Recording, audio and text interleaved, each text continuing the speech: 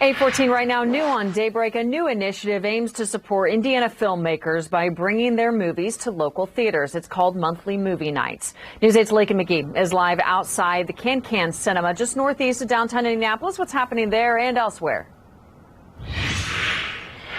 Hey, good morning, Drew. So there are 6 different local theaters participating. The Can is being one of them. So the goal is to bring Indiana films back to Indiana theaters and to also get people involved in the cinema because, you know, people were going during the pandemic. So Monthly Movie Nights started in September, and there are 2 screenings this week and a whole lineup for October.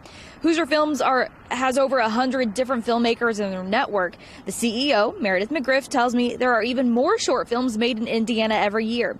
As we reported, the Can's parent company, Cineworld, recently filed for bankruptcy.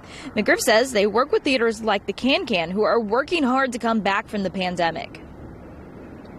We had this plan in place before the pandemic and didn't get to launch the program back in 2020 like we planned. So we've been sitting on these plans and some other expansions for quite a while. And we're just so excited that we're finally at a point where people feel safe enough to go out and watch films and get back to supporting the arts.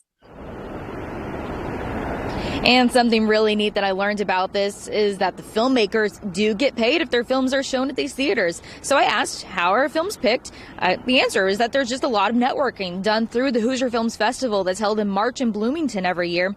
Hoosier Films also has a streaming service where filmmakers can submit their films, and a team will choose a broad selection to show each month. And like I mentioned, there are 2 screenings this week to wrap up September, and they're already getting a lineup started for October. I am told that it's going to be some spookier films for Halloween.